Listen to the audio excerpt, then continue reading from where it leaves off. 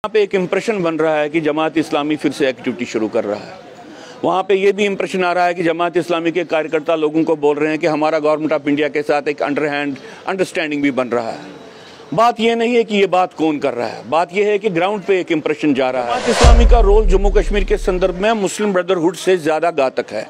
जो मुस्लिम brotherhood role Egypt में play कर रहा है, या जिसको आप कहें जमात उद दावा, बार बार हमने देखा गवर्नमेंट ऑफ इंडिया के साइकिल्स रहे हैं जमात के साथ टैक्टिकल अलायंस बनाने के, और वो बार बार घातक सिद्ध हुए हैं।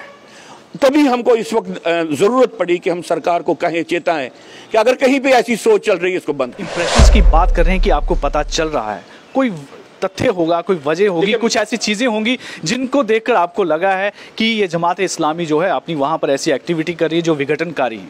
देखिए, मैंने प्राइमरीली कहा कि हमारा जो इंटरेक्शन, हम इंटरेक्शन लोगों के साथ करते हैं, हमारे साथ लोग इंटरेक्शन भी करते हैं, और इंटरेक्शन की प्रोसेस में, इंटरेक्शन की प्रक्रिया में पहले ये बात नहीं आ रही थी। हम 2 महीने पहले करते, अब हमारे पास ये बात आ रही है कि क्या जमात के साथ कोई अंडरस्टैंडिंग चल रही है। अगर हम केंद्र सरकार की अगर बात करते हैं तो उसके पीछे क्या वजह है कि वो इनका संरक्षण करने के लिए ऐसा क्यों वो आगे आने की कोशिश करते हैं? 3 वजह हैं।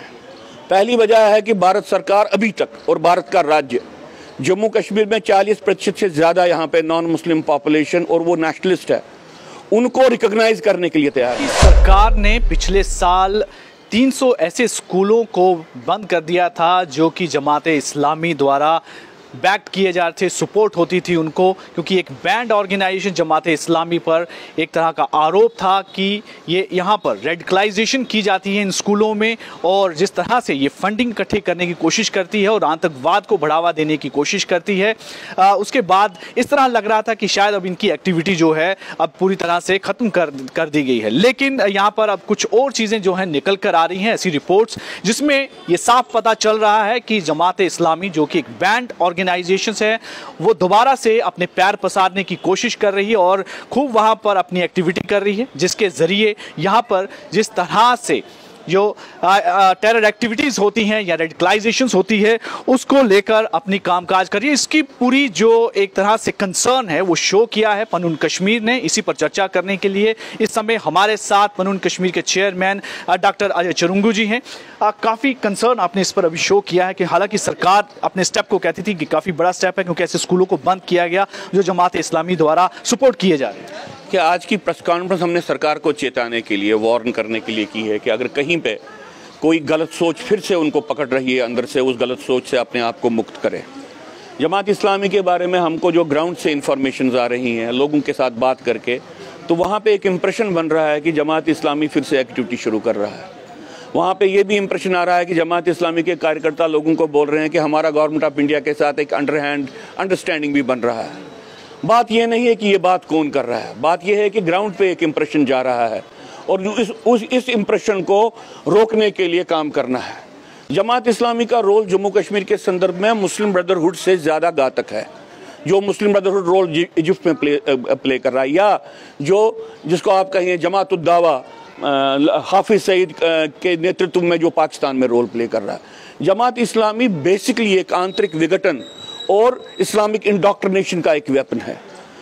अब इस पे बैन लगाई सरकार को, उस बैन के बाद बहुत सी चीज़ें करनी थी जो उन्होंने नहीं की, लेकिन बैन करने के बाद सबसे इम्पॉर्टेंट ये था कि जमात इस्लामी का जो पेनिट्रेशन एडमिनिस्ट्रेशन में रहा है, जिसके बारे में भाजपा सरकार ने ही यूनियन टेरिटरी बनने से बाद के वक्त औपचारिक लेवल पे बयान भी दिया था कि हज़ारों की संख्या में लोग सिर्फ सेक्रेटरीट एडमिनिस्ट्रेशन में हैं। तो हमारा आज का कहना है कि भाई अगर कहीं पे भी किसी तरीके से ये सोच है कि हम जमात के साथ कोई रिश्ता बना के पॉलिटिकल प्रोसेस को नॉर्मलाइज करेंगे, ये सोच सरकार छोड़ दे। लेकिन इसमें मैं आपसे एक प्रश्न एक बात कहूँगा, इसके बाद आपका दूसरी बात मैं ये कहना चाहता हूँ कि अगर ये सोच नहीं है तो अच्छी बात है, लेकिन मैं ये कहना चाहता हूँ कि बार बार हमने देखा गवर्नमेंट ऑफ इंडिया के साइकिल्स रहे हैं जमात के साथ टैक्टिकल अलायंस बनाने के, और वो बार बार घातक सिद्ध हुए हैं। तभी हमको इस वक्त ज़रूरत पड़ी कि हम सरकार को कहें, चेताएं कि अगर कहीं पे ऐसी सोच चल रही है इसको बंद कीजिए। जी, जो आप कह रहे हैं सरकार के साथ, कहीं यही तो इम्प्रेशन तो नहीं है जो आपका मेन कॉज ऑफ कंसर्न है? देखिए, ये हमको कॉज ऑफ कंसर्न इसलिए भी है जो ऐतिहासिक तथ्यों पे आधारित है। पाकिस्तान में जब जुल्फ़िकार अली भुट्टो की हत्या हो गई, उसके बाद कश्मीर में एंटी जमात एक दौर चला। उस वक्त जमात के संरक्षण के लिए और प्रोटेक्शन के लिए कांग्रेस रूल्ड सरकार जो दिल्ली में थी वो आई। उसके बाद नेशनल कॉन्फ्रेंस और जमात के बीच में अलायंस बना। बाद में आपको मालूम है पीडीपी और जमात के बीच में भी एक अलायंस था। और 1990s में हमने देखा, जो ही गवर्नर्स रूल हुआ, हमने देखा कि जमात समर्थित जो या जमात को समर्थन देने वाले जो ब्यूरोक्रेट्स हैं, एकेडमिशियंस हैं, उनका बोलबाला बढ़ गया। तो जमात को यूटिलाइज करके नॉर्मलाइज सिचुएशन करने की जो एक टैक्टिकल ये सोच है, ये इंडियन सिक्योरिटी एस्टैब्लिशमेंट भी है और पॉलिटिकल क्लास में भी है, और इन लोगों के कारण बार बार घात हुआ है। अब जब हम ग्राउंड पे हमको कोई इंफॉर्मेशन आ रही है, सरकार ये कह सकती है कि भाई आपकी गलत बात है, ठीक है, अगर नहीं है तो ठीक है, कोई बात नहीं है, लेकिन हम इस बात को चेता रहे हैं कि भाई जमात आंतरिक विघटन का एक प्राइम इंस्ट्रूमेंट रहा है। एब्सोल्युटली, आपकी बात बिल्कुल सही हो सकती है, लेकिन जो आप इंप्रेशंस की बात कर रहे हैं कि आपको पता चल रहा है, कोई तथ्य होगा, कोई वजह होगी, कुछ ऐसी चीजें होंगी जिनको देखकर आपको लगा है कि ये जमात इस्लामी जो है अपनी वहां पर ऐसी एक्टिविटी कर रही है जो विघटनकारी है। देखिए, मैंने प्राइमरीली कहा कि हमारा जो इंटरेक्शन, हम इंटरेक्शन लोगों के साथ करते हैं, हमारे साथ लोग इंटरेक्शन भी करते हैं, और इंटरेक्शन की प्रोसेस में, इंटरेक्शन की प्रक्रिया में पहले ये बात नहीं आ रही थी, हम 2 महीने पहले करते। अब हमारे पास ये बात आ रही है कि क्या जमात के साथ कोई अंडरस्टैंडिंग चल रही है। अगर आम लेवल पे ये बार बार ये बात पूछी जा रही है तो इसको हम नकार नहीं सकते। और जो हमारा पुराना अनुभव है जमात को पैट्रनाइज करने का, उसके और उसमें उसके जो आत्मघाती जो उसके असर थे, उसको ध्यान में रख के हमको लगा कि हमारी रिस्पॉन्सिबिलिटी है। मैं कहीं सरकार पे ब्लेम नहीं कर रहा हूं, लेकिन सरकार को चेता रहा हूं कि अगर ऐसी कहीं पे सोच है उसको रोक दे। अगर कोई ऐसे व्यक्ति हैं अंदर सरकार के जो ऐसा बोल रहे हैं, उनके बारे में कॉशियस रहे। लेकिन इसमें जैसे आप सरकार के लिए कह रहे हैं, पहले आपने कांग्रेस की भी बात की, हालांकि चलो रीजनल पार्टी को हम छोड़ सकते हैं क्योंकि उनका हमेशा झुकाव जो है ऐसी ऑर्गेनाइजेशन के साथ रहा है, लेकिन अगर हम केंद्र सरकार की अगर बात करते हैं तो उसके पीछे क्या वजह है कि वो इनका संरक्षण करने के लिए ऐसा क्यों वो आगे आने की कोशिश करते हैं? 3 वजहें हैं। पहली वजह है कि भारत सरकार अभी तक और भारत का राज्य जम्मू कश्मीर में 40% से ज़्यादा यहाँ पे नॉन मुस्लिम पॉपुलेशन और वो नेशनलिस्ट है, उनको रिकॉग्नाइज करने के लिए तैयार नहीं है। उनकी पॉलिसी रही है कि भाई जो ये नॉन मुस्लिम सेगमेंट्स हैं, मैं 40% इसलिए बात की, मैं 2001 और 2011 के सेंसस को फ्लॉइड मानता हूँ।